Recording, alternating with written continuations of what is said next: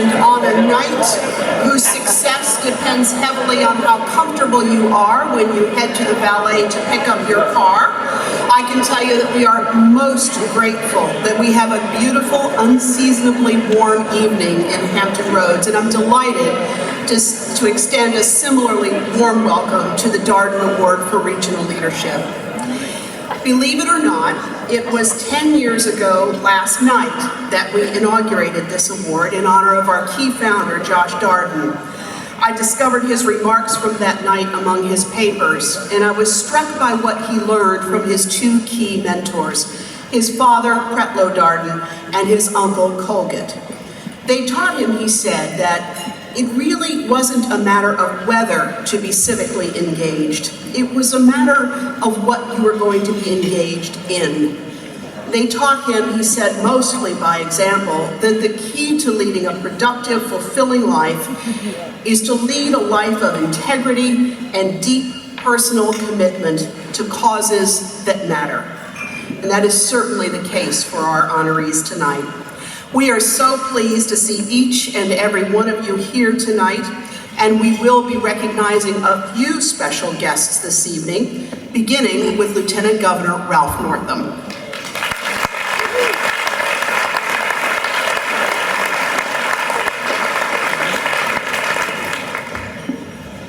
Good evening, and thank you so much, Kathy, and welcome to all of you all, and just thank you so much for being a part of this wonderful evening to honor our award recipients. I can't think of any better people and groups to honor tonight, and starting with Newport News Shipbuilding, just having worked with them over the years in Richmond.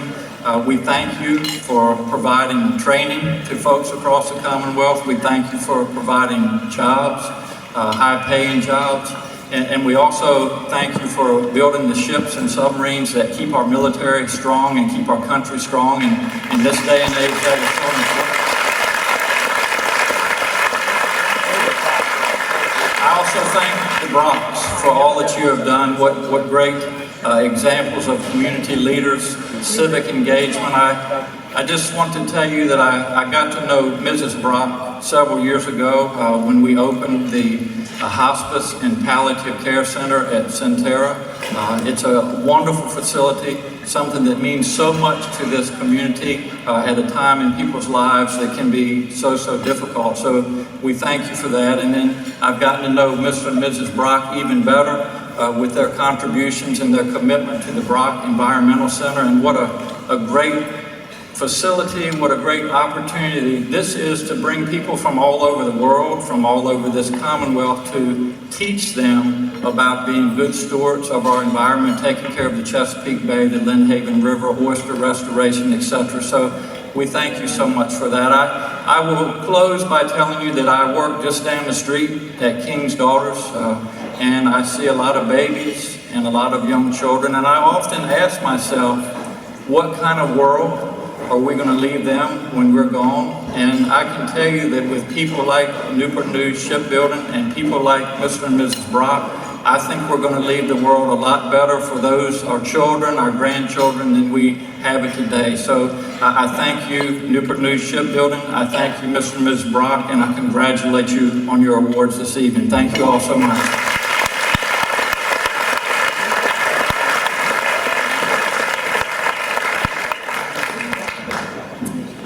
Lieutenant Governor Northam, you may be the highest-ranking state official in the room, and we acknowledge that.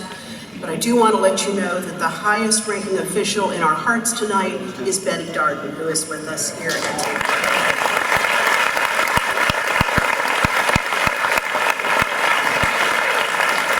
We're also delighted to have with us tonight a number of guests. You are welcome to applaud or hold your applause. It's all up to you. We're in a free country. We're delighted to have almost every member of the Darden Awards Selection Committee with us tonight. Jane Batten, Gil Bland, Andrea McClellan, and Ann Connor.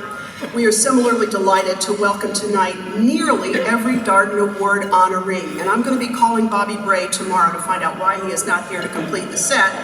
But we are delighted to have Bob Aston, Paul Hirschfield, Harry Lester, Jackie Zell, Debbie DeCroce, Vincent Suzanne Mastracco, Dubby Wynn, Jane Batten, and Town Bank and Norfolk Southern with us tonight. Thank you.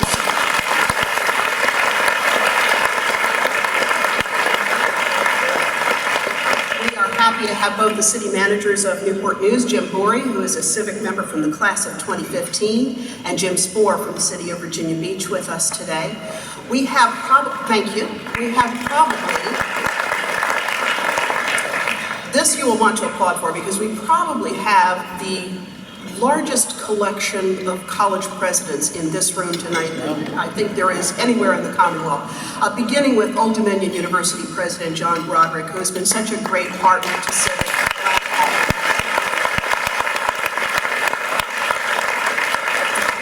We're also glad to have the president of Tidewater Community College, Dr. Edna Barra-Colavani, a member of the class of 2013. EVMS President Dr. Richard Homan is with us tonight, as is the Virginia Wesleyan President. And we're glad to have Dr. Scott Miller with us tonight from Virginia Wesleyan, the President.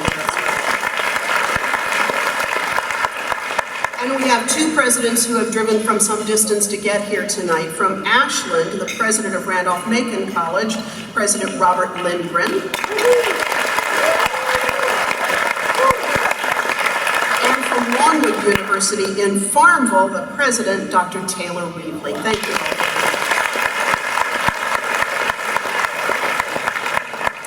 Representing Senator Mark Warner is Drew Lumpkin, and Shannon Kendrick represents Congressman Scott Ridgell tonight. We also count among our greatest supporters the senior military leadership in Hampton Roads.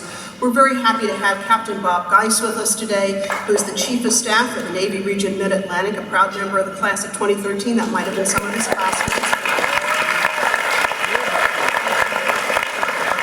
He's also a liaison to our civic board. Captain Lou Shager is with us tonight, the commanding officer of Naval Air Station Oklahoma. Captain Douglas Beaver is with us tonight from the class of 2016. He's the commanding officer of Naval Station North.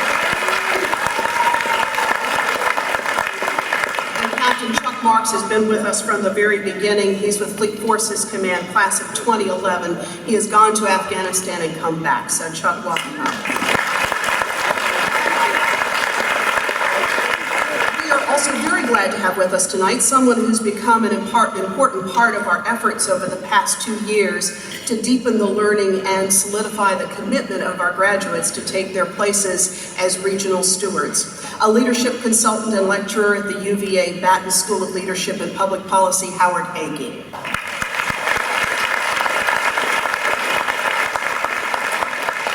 Leading our efforts this year are two of the region's finest leaders. Would you please join me in welcoming Ann Connor, this year's event chair, and Andrea McClellan, who was last year's chair and this year's vice chair.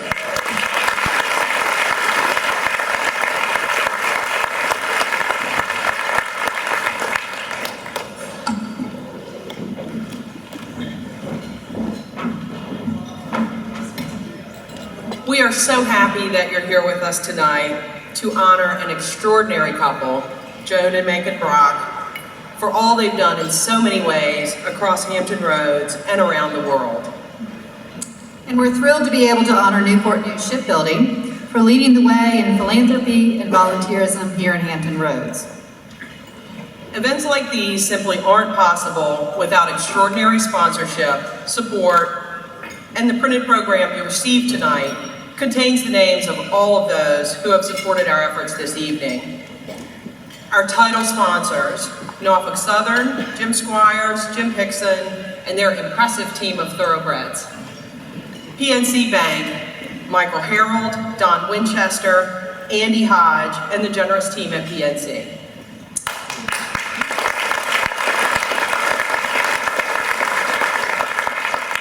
Our visionary sponsor, Dollar Tree, Bob Sasser, and their illustrious team.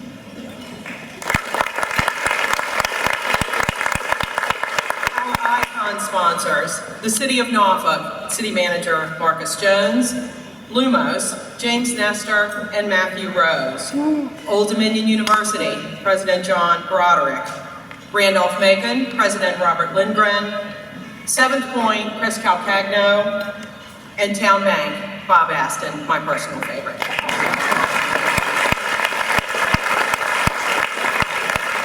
And our community sponsors, Access College Foundation, Bank of America, U.S. Trust, Birdsong Peanuts, Chrysler Museum of Art, EVMS, Hampton Roads Community Foundation, Harvey Lindsay Commercial Real Estate, Kaufman and Knowles, KPMG, Old Point National Bank, Centera, Signature Family Wealth Advisors, Suzanne and Vince Mastraco, Wall Einhorn and Chernitzer. You will find a full list of all of our generous sponsors in your programs. Many thanks to each of you for your support of Civic, the Darden Awards, and tonight's award recipients. Please help us express our gratitude with a round of applause.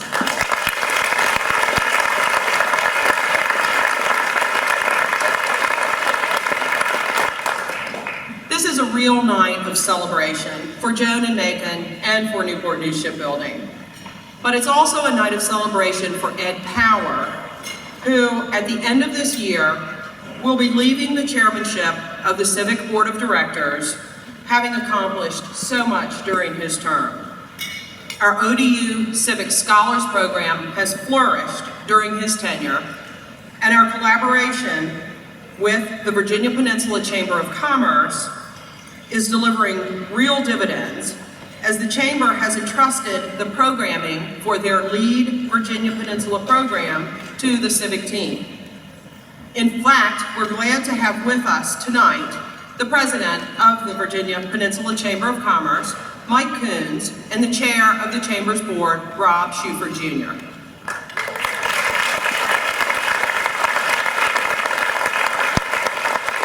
Also chaired the Leadership Project Committee for the Hampton Roads Community Foundation, and the committee's report will be delivered in days. Ed has decided to hang up his inside business publisher's hat and spend a little more time with his wife, Marguerite, both of whom are with us tonight. Ed, where are you? We are so very grateful for the focus and energy you brought to your board chairmanship. Civic and the region are better off as a result of your leadership. The results of your efforts will bear fruits for years to come. Ladies and gentlemen, would you join me in welcoming and thanking Ed Power?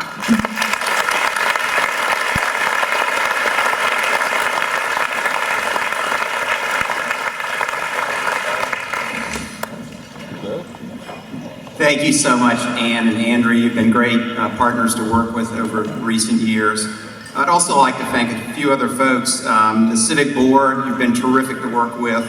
John Broderick and the team at Old Dominion University and the Civic Scholars Program. Debbie DeCroce and Debbie Wynn at the Hampton Roads Community Foundation. Your support has been invaluable and very much appreciated, so thanks to you. We're so pleased tonight to have not one, but two presenting sponsors. Norfolk Southern, our corporate Darden Award recipient from last year, stepped up in a big way to support this year's event. And their banker, PNC Bank, wanted to be part of the event as well. PNC's Hampton Roads Senior Vice President, Director Don Winchester, is a member of the Civic class of 2016, and Andy Hodge, a key executive for the region at PNC, is also a Civic alumnus. I'm delighted to have with us tonight, all the way from Washington, D.C., PNC President Michael N. Harold. Michael, please come on up.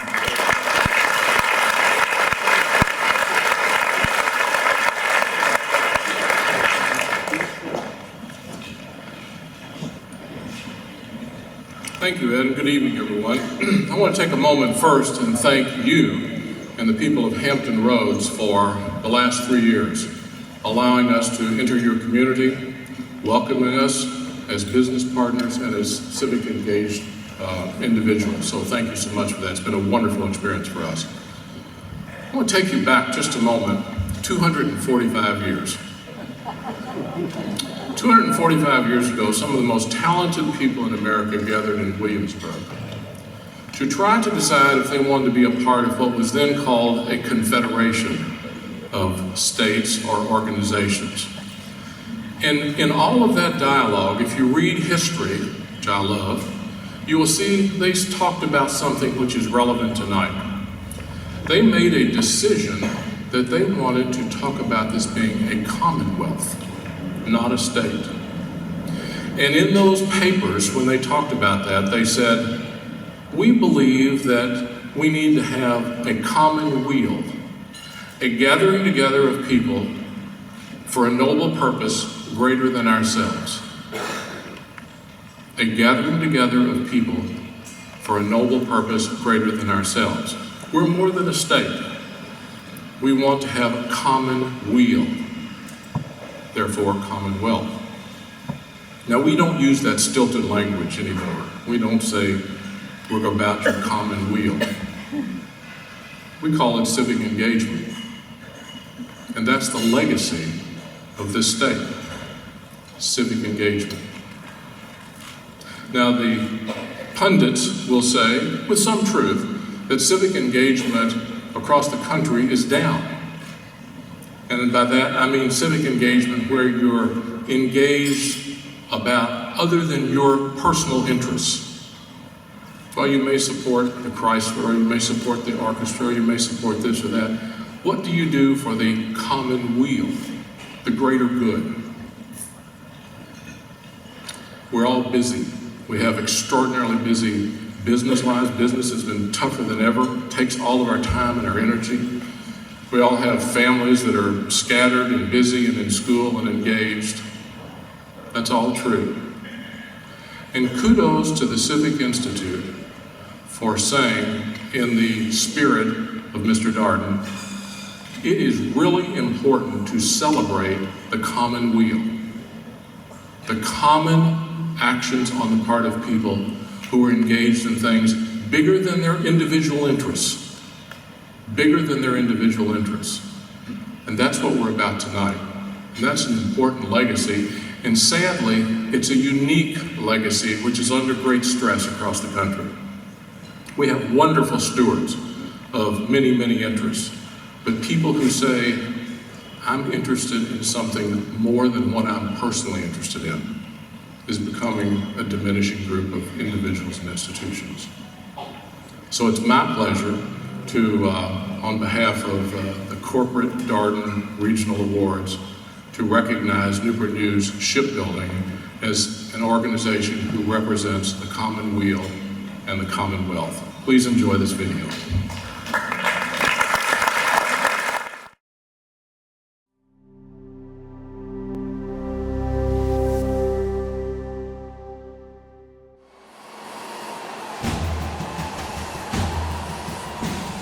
For 130 years, Newport News Shipbuilding has built and maintained the greatest ships in the world for the U.S. Navy.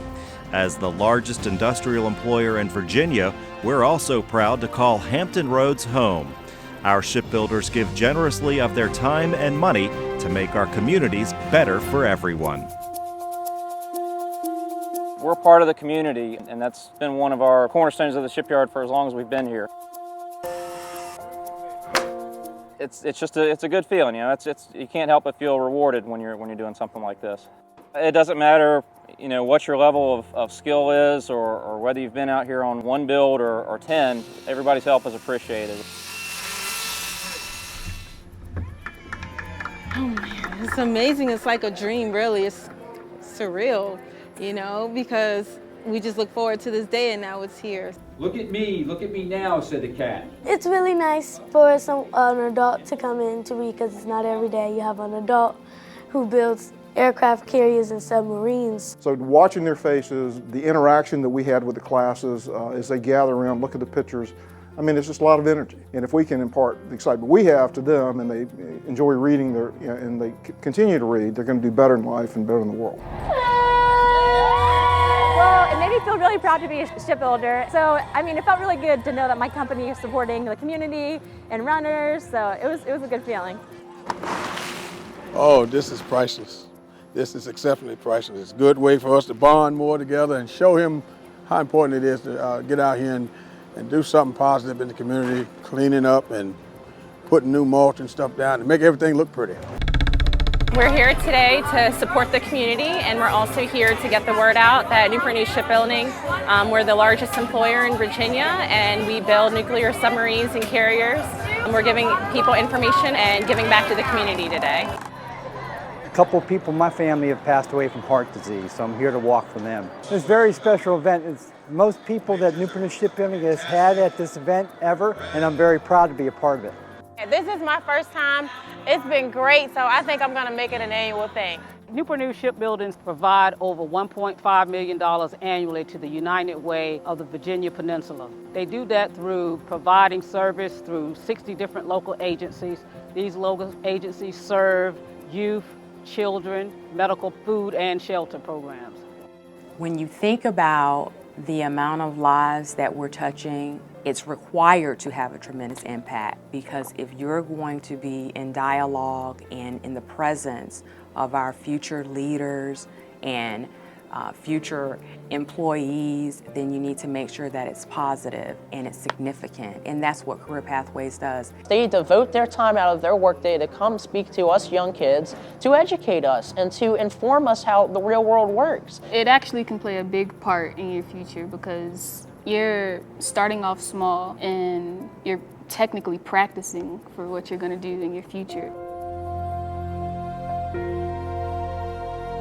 We at Newport News Shipbuilding are not only very proud to build the finest ships in the world, but we're also very proud going outside of the gates and helping the community.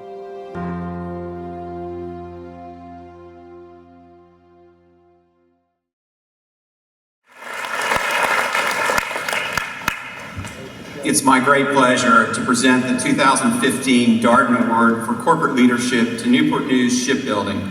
Accepting the award tonight is Vice President for Human Resources and Administration, Bill Bell. Bill, come on up.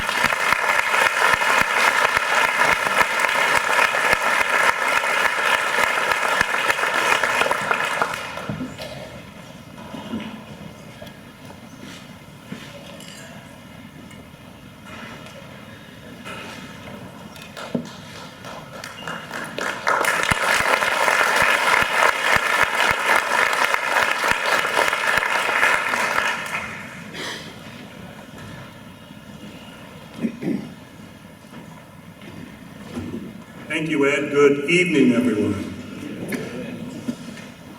I heard it over here. I am honored to be here tonight representing the 21,000 women and men of Newport News Shipbuilding. Our company president, Matt Mulheron, had been looking forward to being here to accepting this award, and he's been looking forward for many months. Unfortunately, a death in his family has made his appearance here tonight impossible. However, he asked me to be here to express his sincere appreciation for this prestigious honor and to make brief remarks on his behalf. We are extremely honored to be this year's recipient of the Corporate Award for Regional Leadership. And we are honored to be a part of the ceremony recognizing two dedicated individual philanthropists, Joan and Megan Brock. For it is one thing to be a Fortune 400 company and to be an active member of the community. It is much more impressive when two people give so generously of their hard-earned treasure. Thank you very much.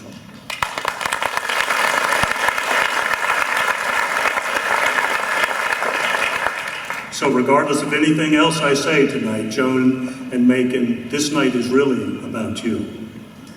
But it's also about the great Josh Darden, whose example of civic engagement inspires us all, both individuals and corporations alike.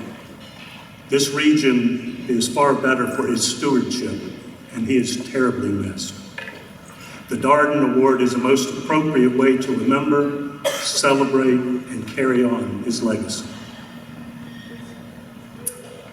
As you saw in the video, Newport News Shipbuilding has been in this region for 130 years. And we believe that community engagement, volunteerism, and corporate citizenship are not just nice things to do. They are our responsibility, and in fact, they are our duty. At the shipyard, we say that we don't just build the greatest ships in the world, we also help to build communities. These communities span the region, and we support everything from the arts to the military to the environment to early childhood development. Yet our greatest asset when it comes to giving back isn't our wallet. It is our people who make the difference. At the shipyard, we have generations of shipbuilders who give not just their money, but their time. And I accept this award on behalf of those shipbuilders. They are ambassadors of giving and the real force behind our impact in the region. I'd like to take a moment to tell you about just one of them. Nathaniel Henry is a student in our apprentice school who has spent much of his spare time giving back. Recently, he began volunteering at a local soup kitchen. And you may say, hey, that's really good. He's volunteering his time to help feed the hungry. But Nathaniel didn't stop there. He found an additional way to serve. While at the soup kitchen one day, he asked if he could set up a mini barber shop. And the soup kitchen welcomed his idea. Nathaniel says, if there's one thing that makes a man feel like $1 million, it's a fresh haircut. So I am grateful to be able to use and share my gifts and talents to support their cause and invest in the community. Nathaniel is one example of thousands. Because we have such a large workforce, we ensure our corporate citizenship represents our company's diversity, and is inclusive of many different types of programs. We focus on programs that benefit youth, education, and workforce development, because today's youth will become tomorrow's leaders in Hampton Roads and beyond. And hopefully, we hope some will become shipbuilders. We are also proud to support organizations that promote inclusion and equality. We were a corporate sponsor of this year's Pride Fest at Town Point Park. Pride Fest is an event that empowers all people, LGBT and allied people, to recognize and support one another.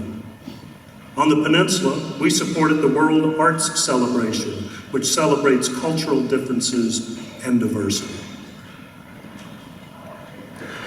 We also seek opportunities to combine our financial support with the power of our employee volunteer efforts to maximize the impact. This year, we partnered with an organization called Fear to Freedom. We were shocked to learn that 1 in 6 women and 1 in 33 men in America will be victims of sexual assault. Doing the math, we realized just how many of the 21,000 women and men at the shipyard and their families had likely been impacted by this horrible crime. When we learned how Fear to Freedom restores hope to these victims, we not only made a financial donation, but we also organized a volunteer day where dozens of shipbuilders and their families gave up a Saturday to help assemble kits that will be given to future victims.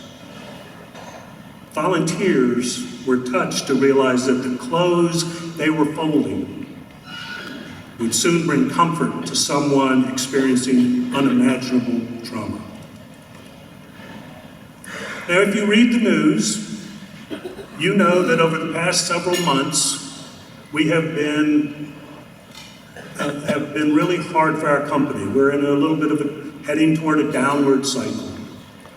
And that cycle of our business has caused us to tighten our belts, make decisions on financial impacts across our business, and in fact has caused us to lay off people and we're going to have to lay off some more. Yet we will continue our community support. It's important for us, our employees in the region. We value these investments in our shipbuilders of today and of the future. By making this region, our region, a better place to live and work, we will sustain our business for the next 130 years. We thank you for this award and hope it will ignite other corporations to invest in the community, in their workforce, and in making a real difference. Thank you very much.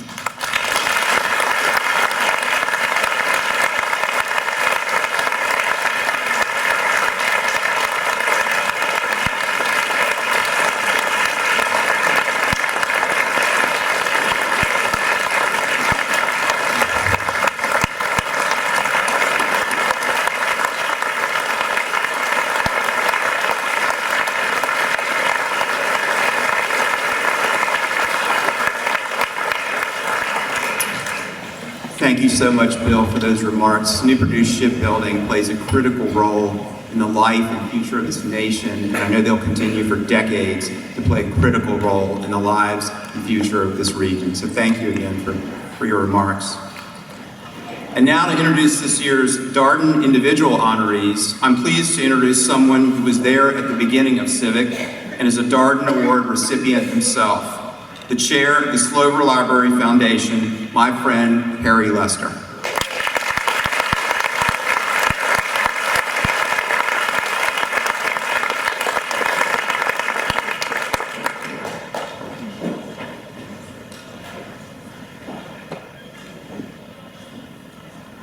Ed, we're going to miss you. He does such a nice job. Well, good evening. It's my pleasure to be here tonight. Let me start by saying that Joan and Macon Brock are two of the nicest people I know. And I know a lot of people. Your program at your place tonight lists some of the remarkable philanthropic things that they have done to make our community a better place. So if you haven't read it, please take the time to do so. The list is very impressive, and believe me, it's just a snapshot of their good works. Last week, I had the good fortune to sit next to Macon at the Association of Professional Fundraisers event in New York City that honored the Brocks as the 2015 National Outstanding Philanthropist, a pretty big deal.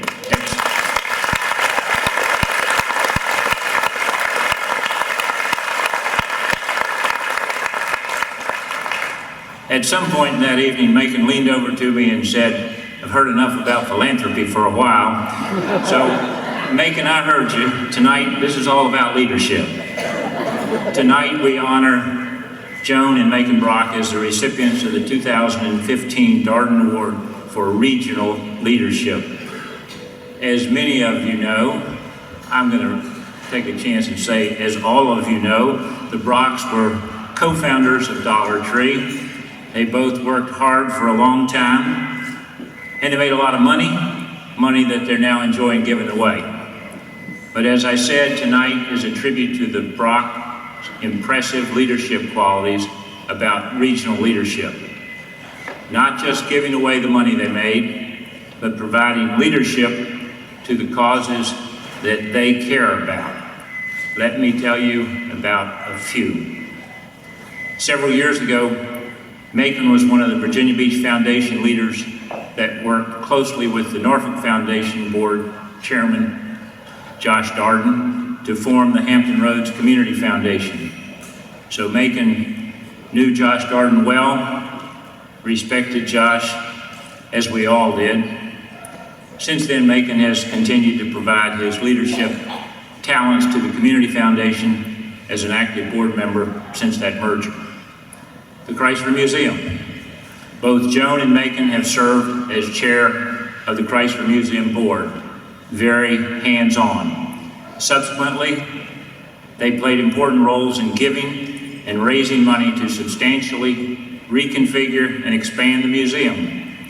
Today, the Chrysler Museum is a national treasure Friends, that's regional leadership. The Chesapeake Bay Foundation, not just concerned about the environment in general, but in particular, our bay, our oysters, our fish. Of course, their leadership gift to CBF was important, but they also provided more hands-on assistance with the development of the Brock Environmental Center and its community programs, always with an eye on results. Today, Hampton Roads has an amazing, award-winning environmental center, and I'll tell you, it's overrun with visitors, which is a good thing, and it has a very important regional purpose. Eastern Virginia Medical School. Macon's father was a doctor in Norfolk, Lake Taylor, taking care of tuberculosis patients. Joan and Macon have honored his work with the creation of the M. Foscue Brock Institute for Community Health at EVMS. And Joan is dedicated to the United Way for Children program that works closely with EVMS as together they make meaningful changes in the lives of young people. I could easily go on about Randolph-Macon, about Longwood, about Virginia Wesleyan, about Access, about the United Way. And by the way, I'm pleased that leaders of all of those groups are here tonight, but I won't go on about all of those, but I suspect you're starting to get the theme. Joan and Macon Brock, successful people, generous people, caring people, community leaders. The Brocks have made significant financial investments in our community, and along with that comes their personal time and their keen interest in making things happen. That's called leadership. Like with any investment, they expect results. They want to see the difference their investments make, and they stay involved. I recently came across a quote by Timothy Shriver, chairman of the Special Olympics. He said, "The best leaders don't set timid goals that are easy to meet, but instead set bold, inclusive goals that are hard to achieve."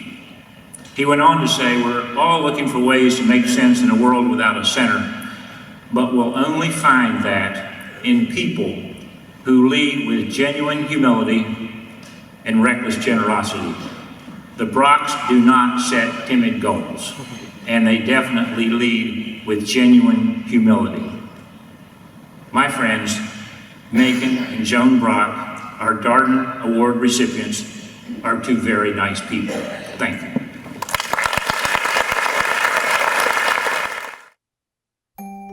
Once upon a time, all good fairy tales start with once upon a time. In a land far, far away, there was a young man who roamed the countryside. This young man had a kind and generous heart. Good fortune being what it will, and fairy tales being what they will, blessings and abundance followed this man. One day he came upon a magnificent kingdom. Well, every fairy tale with a kingdom has a king, of course, and every king has a beautiful princess, and this one's no different.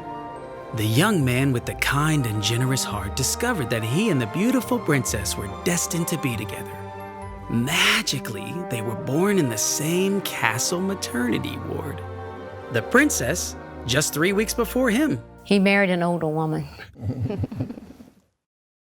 As magic and destiny would have it, the young man and princess fell in love and married. The king was pleased. The king's son, the castle prince, was pleased. The children of the kingdom were most pleased because the king and the castle prince and the young man and the princess with the kind and generous hearts created a beautiful toyland. It was a kindly kingdom of toys, or K&K for short. Soon there were K&K stores everywhere. Once again, magic and destiny would have their way with the kind and generous-hearted young man and his princess. Alongside the many toy stores sprung up a variety store, kind of a toy store for people of all ages. A dollar store. Soon they collected many, many dollars at their dollar store. So many dollars that they wanted to give them away to people who needed them more than they did. So they gave many of their dollar store dollars away to the people of the kingdom. The young man believed and often said, "You can't take it with you."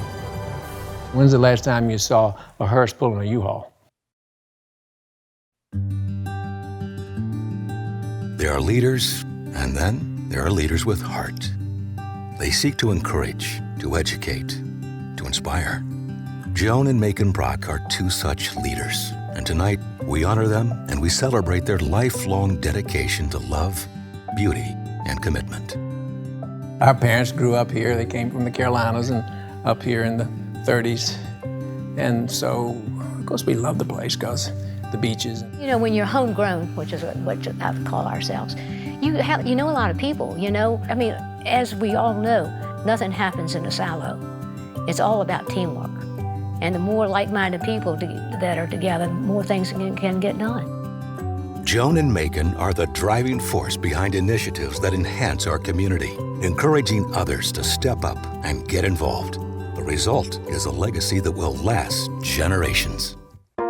It's like-minded people, you know, and they want to make something happen. And so they lock arms and the project grows and people get all on board and just, you know, it's the way philanthropy works, and it should work, collaborations. So that happened the same way with the Chrysler. We had so many other people join the campaign that we literally transformed the Chrysler.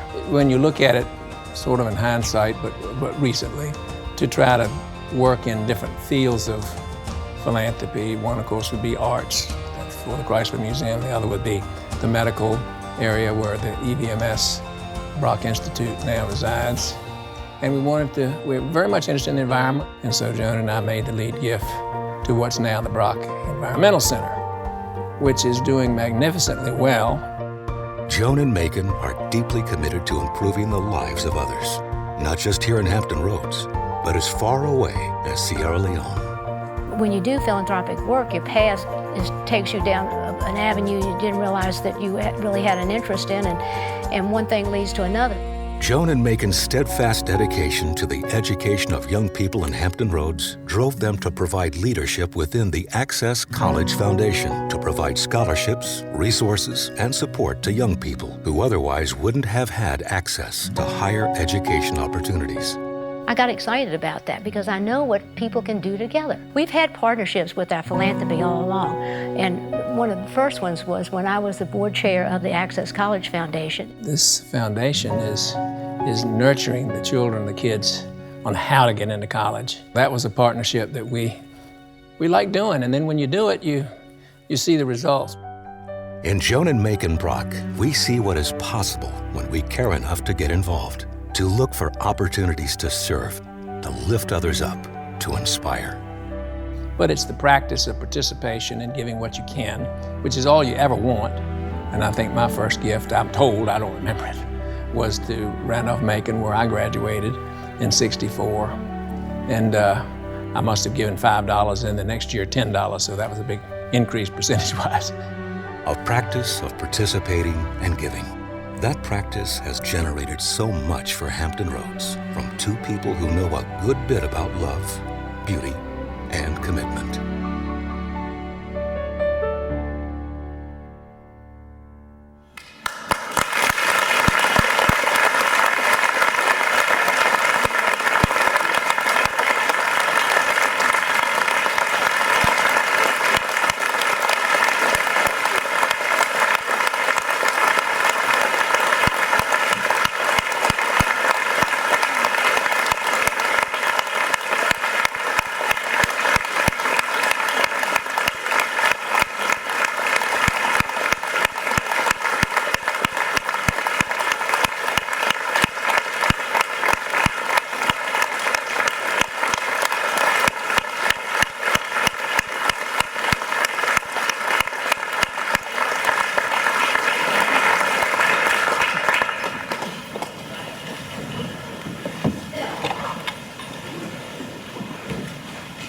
must be like a movie star.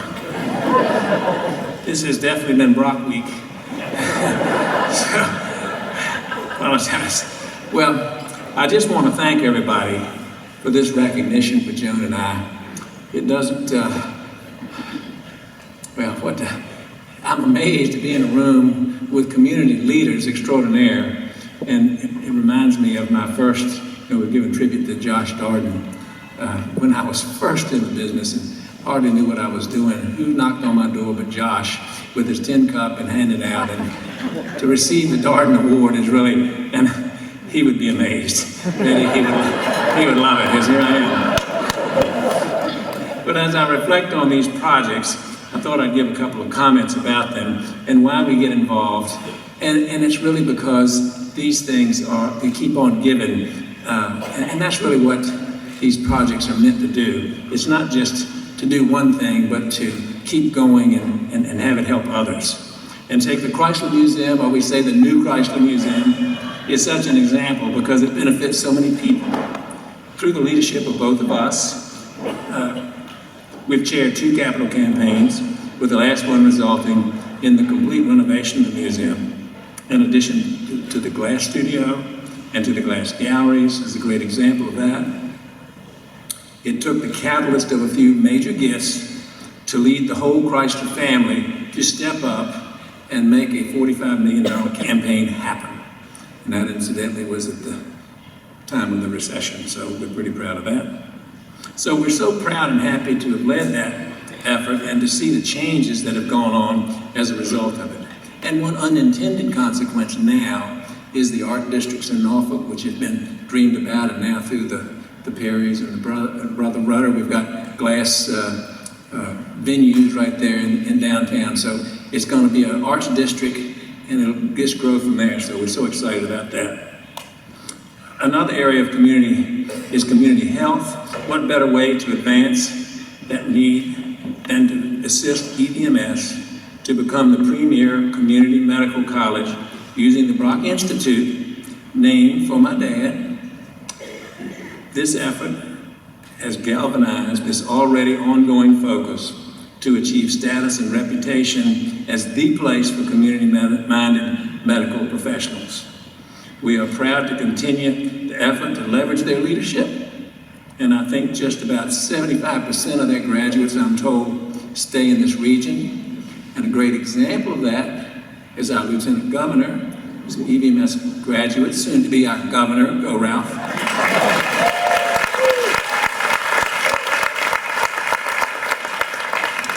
The new Brock Environmental Center is yet another example of community leadership and cooperation. Through a committee of regional leaders, the idea was born to support CBF with a venue for learning about environmental issues that affect our waterways and the Bay as a whole. With the cooperation of the City of Virginia Beach, the Trust for Public Lands, and the Chesapeake Bay Foundation, we have preserved 120 acres that might have been condos.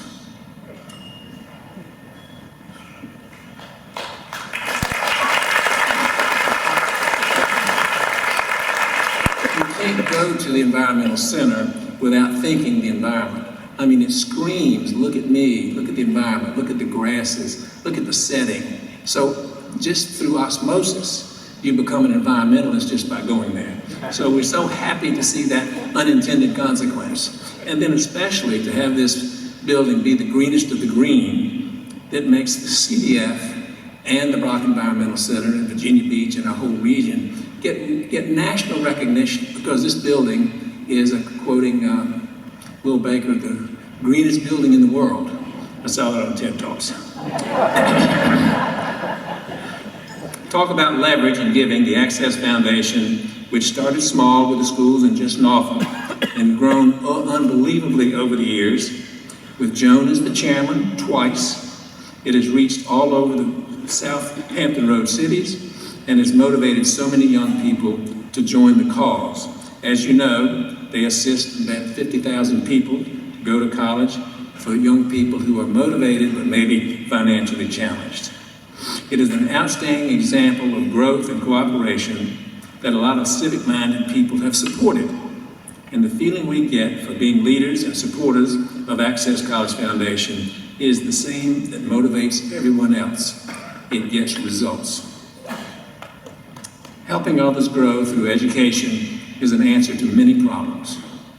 By leveraging the United Way, we have supported the United for Children campaign to help others in the lowest performing schools improve their summer programs, and by doing so, improving their efforts within the Norfolk school system. We've leveraged Norfolk Public Schools, EVMS, ODU, and many other worthy organizations to help bring this together. And this will help the Norfolk Public School system, I think, meet its challenges of at-risk schools. And finally, by contributing to our colleges, as you can see by all the college presidents here, they like us. We have helped Randolph-Macon, Virginia Wesleyan, and Longwood, and Old Dominion with the gifts that really are spaces for activities. They're public spaces, most of them. At Randolph-Macon, for example, which I credit Bob Lindgren, who is a president. I take a little credit for hiring him, by the way. We've just morphed the college into a brand new place. It was already beautiful, but now with new buildings and new programs, it's just absolutely astounding. So if any of you have college-age students, drop by and look at this college, because it's now beautiful. But also at Old Dominion, where we were able to make another Brock Commons there for student space. The Old Dominion Arts District, I think they called it. We built a stage at the end there, and so it gives a public space for that. And of course, that was spurned from Longwood, where we made that gift for Brock Commons there and did the same thing. And we like to do that because we get involved in it and we can participate with the staff and with the students. It really is fun to do that. I mean, you really get involved, so I encourage you to do the same. And in closing, I have a couple of quotes. When we were in New York last week, AFP, there was an older gentleman who was the first speaker, and he'd given away over $1 billion. And he must have been 85. And his intention to give away all his money before he died. So he had a quote, and I'll share that with you. He said, "You should aspire to inspire before you expire."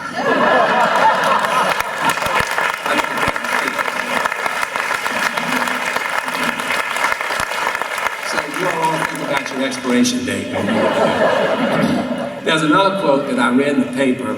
I'm a big fan of Warren Buffett, and this quote must have been from his farmers out in Nebraska, had been an early investor, and a reporter asked her, "What is it like to have a pile of money?" And she said, "Having a pile of money is like having a pile of manure. It doesn't do any good until you spread it around."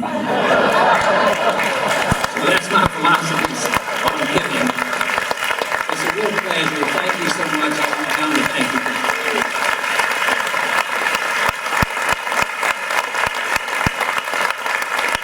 I'm just going to take a minute, but we are, of course, so pleased to accept this reward. It means so much to us, especially since it's coming from you, the Darden Institute, because all of you are here to make our community a better place. And what a wonderful organization to be representative of that. Meg and I have tried to be good stewards of our time and our resources during the years. It's been our pleasure. And so to be recognized by this organization is really special. It's kind of like icing on the cake. Thank you. Also acknowledge Josh Darden for his visionary leadership, because he knew that civic involvement was the fabric of a community, and thank you to Josh for that. Last but not least, I want to thank all of our friends that are here tonight. They've come from all places and cities and towns, and we really appreciate that. And I have to acknowledge my Longwood lady friends. They've been supportive of me for 55 years. That's friendship, ladies and gentlemen. Thank you.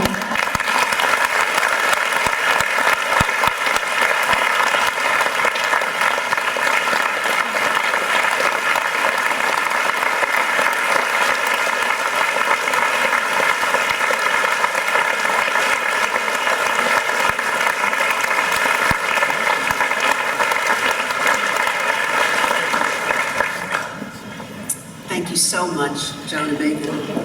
When Civic completed its first class back in 1998, our focus was on executive level leaders from both sides of the water, and that has not changed, but it has significantly expanded.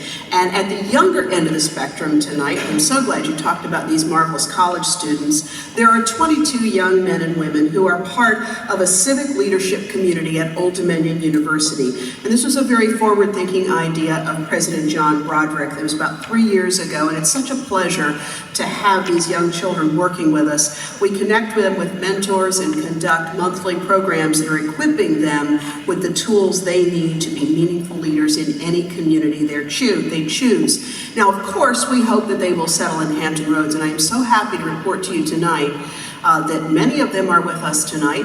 Some of them have graduated, and some who intended to move to other communities have secured positions through their mentor relationships right here in Hampton Roads. So that is a beautiful thing. Will our civic scholars stand up and we'll show you where they are. They're all around here.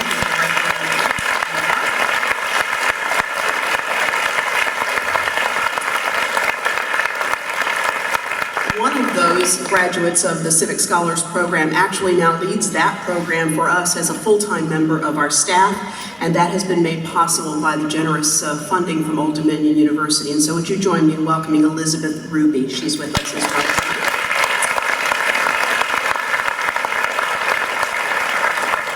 The hospitality our scholars extend this evening is integrated into the very DNA of this organization, and in our case, DNA is spelled SJK.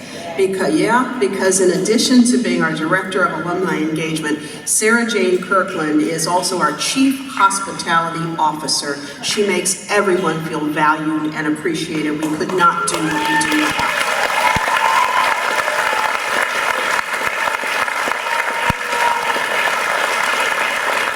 Jonah Macon, I will tell you that she is now breathing a sigh of relief because the video went off without a hitch. That's all she's been worried about all day long. She has had alongside her Catherine Economist, whose attention to detail is legendary. She is the backbone of our recruitment initiatives. Catherine, thank you as well.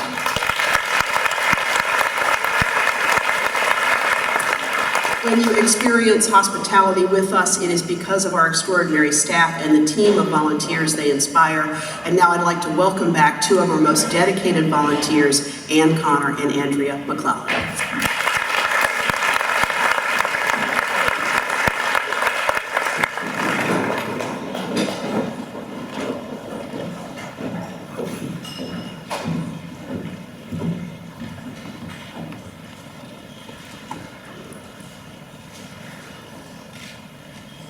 Find our place.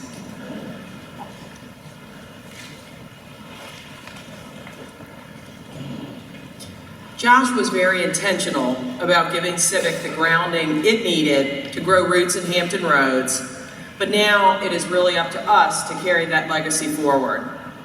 The past year has brought some exciting new initiatives to imbue our members with the knowledge, values, and skills to take our places in regional leadership. You may remember that last year, the Board of Directors authorized the renaming of our annual fund. It's now known as the Darden Fund. We would like to launch a class fundraising competition, because we know our classes like to compete, to see who really is the best class ever. 2002, go 2002. And we will announce the winner at our Founders Lunch in May. Josh was proud of what we have accomplished. So let's make sure that we continue to succeed and contribute in ways that honor the gift of his life and his legacy. In fact, in mere days, all Civic alums will be receiving in the mail an opportunity to do just that. If you're not an alum, but you've been inspired by the work we're doing, please reach out to any of the people you've seen on this stage tonight, and we'll be happy to connect you to our wonderful organization.